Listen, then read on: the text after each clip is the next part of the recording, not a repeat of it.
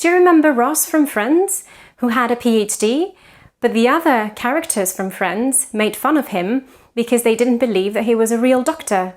Have a look at this clip. Are you lying? Is this like that time you tried to convince us you were a doctor?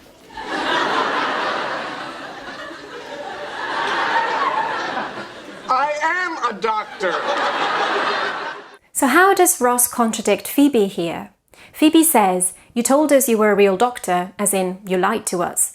And then Ross uses the same sentence but places the prominence, the focus, that means it focuses the listener's attention on the auxiliary verb, which is the piece of information that contradicts what Phoebe is saying. I am a real doctor.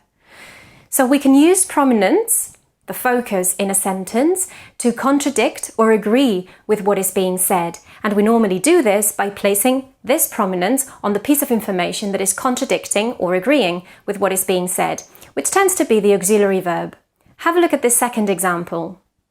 These are dangerous times. These are dangerous times. So in this case, the second speaker agrees with the first speaker and places the focus, the prominence, on the auxiliary verb to mark this agreement. The first speaker says, "These are dangerous times," with a focus at the end, which is the default pattern.